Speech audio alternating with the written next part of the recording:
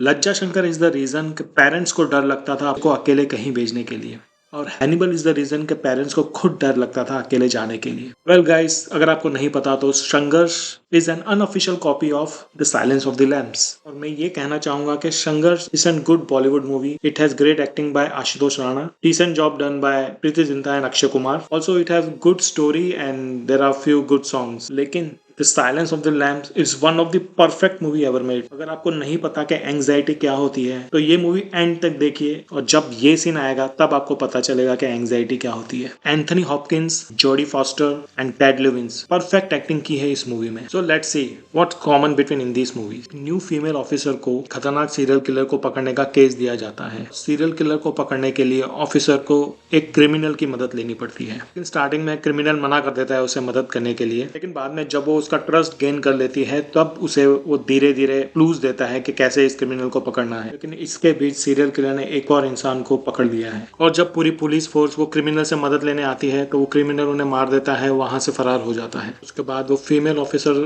Case solve करती है और वो इंसान को बचा देती है और वो सीरियल किलर को मार देती है।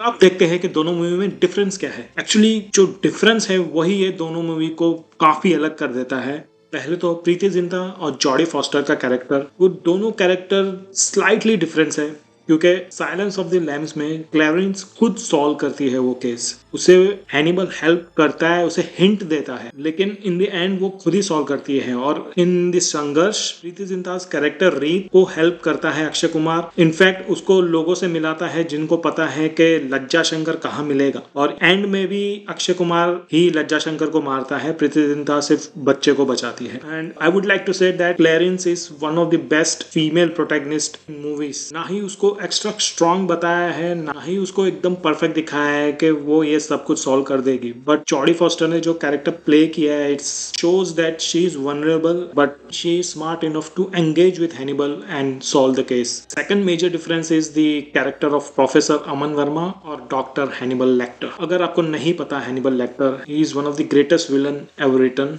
तो ऊपर अराउंड 5 मूवीज और एक टीवी सीरीज बनाया गया है। संघर्ष मूवी में प्रोफेसर अमन वर्मा को एक गैंगस्टर और क्रिमिनल बताया गया है, और उनको प्रोफेसर इसके लिए बोलते हैं क्योंकि वो थोड़े पढ़े लिखे हैं। लेकिन the silence of the lambs में doctor Hannibal Lecter is a psychiatrist plus a cannibal. जब भी क्लेरेंस हैनिबल से मिलती है, as a audience you will feel the tension कि हैनिबल क्या करेगा। यही फियर मिसिंग है संघर्ष में। Another difference is the last character Buffalo Bill और लज्जा शंकर के बीच में। लज्जा शंकर एक पागल ऑर्थोडॉक्स सुपरस्टिशियस किलर है, और उसके मेन टारगेट है बच्चे। वो बच्चों की बलि देने के बाद खुद अमर बनना चाहता है। लेकिन buffalo bill is a serial killer, और उसके टारगेट है लड़कियां, खासकर जिनका वेट ज्यादा है। उन लड़कियों को पकड़ के उन्हें कमजोर करके उनकी स्किन निकाल देता था, और वो खुद वो स्किन पहनना चाहता था। संघर्ष मूवी में लज्जा शंकर बोलता है